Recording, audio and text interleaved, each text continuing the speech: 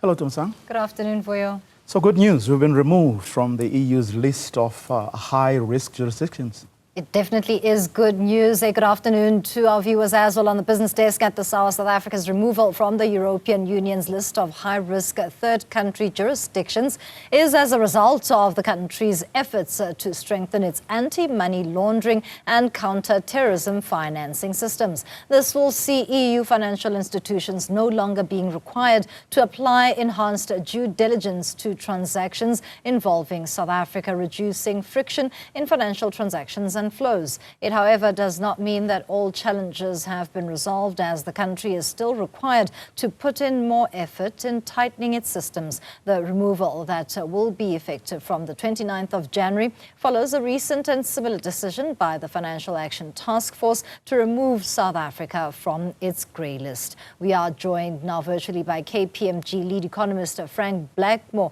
to discuss this further. Thank you so much for your time, Frank. This comes at a time where sentiment is at all-time highs for the South African economy looking into the new year of 2026. How much more of a boost does this give the country? Well, this will provide an additional boost. I think, as you've said in your introduction, there were a number of positives that came into towards the end of last year. We stuck to our fiscal consolidation. We had sovereign debt upgrades, albeit there's still a lot of room to go there. We're still quite a bit under investment grade. We lowered the inflation target to 3%, and we've seen a stronger rand through much of last year. And all of these contribute to a better environment for South Africa. And this is just the an additional sort of positive for the economy. As you said in your introduction, what the impact will be from being removed from this list, and there are a couple of lists.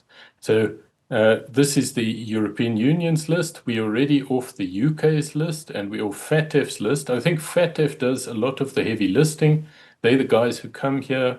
We volunteer to be part of their program. They check our anti-money laundering and terrorist financing kind of regulatory frameworks. And then based on that, they make a judgment about South Africa. If you are on this grey list at the FATF, as well as these country lists, the UK and Europe, what that means is there's additional due diligence if you're doing business with that country. And of course, the due diligence isn't necessarily on the South African counterpart. It's on the European counterpart or the British counterpart. And if you're in a world of competition, and it takes you a lot more effort and time and money to check South African transactions, you will rather do business elsewhere. So being off this list means, I guess, less of that compliance burden on those countries, and therefore that sort of sets a platform for more trade with Europe in this case. Much needed trade, Frank, and as you explained, I thought of the criticism that came with how quickly South Africa was able to act to get off the FATF grey list, as you rightfully indicated. But at the same time, the country was lauded for the speedy turnaround there. What's to be said about political will as well as the country's will to ensure that we comply with global economic laws? Well, of course, I think that, without a doubt, this was one of the issues. I think, a lot of political issues are more difficult to perform. You've got to convince people of certain policy directions. There's a lot of work involved there. I think this is quite clear that the list comes from FATF of what compliance looks like, and you have to look at your systems and see, do we comply?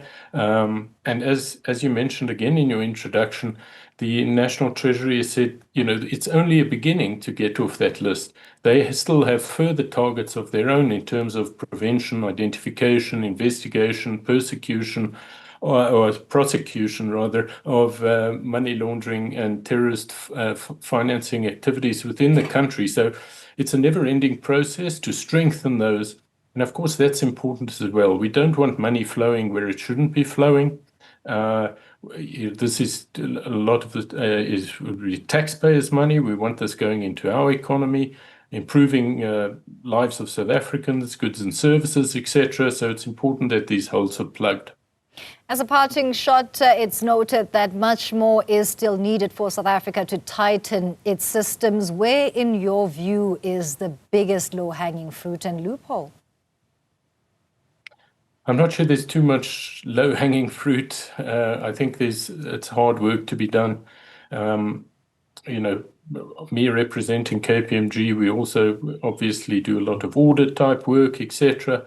You can always improve a process, a system, the safeguards, etc. So I think all those areas that I mentioned, the prevention, the identification, the investigation, and the prosecution of money laundering and terrorist funding will all have, I guess, equal weighting on the sort of national treasury agenda. And there will be various aspects there that are challenging and easier aspects in order to perform. But I think all of them will be under the microscope as far as the Treasury is concerned. And I think that's a good thing because we're strengthening our standing internationally. That can only be good for trade and ultimately for economic growth, employment, etc.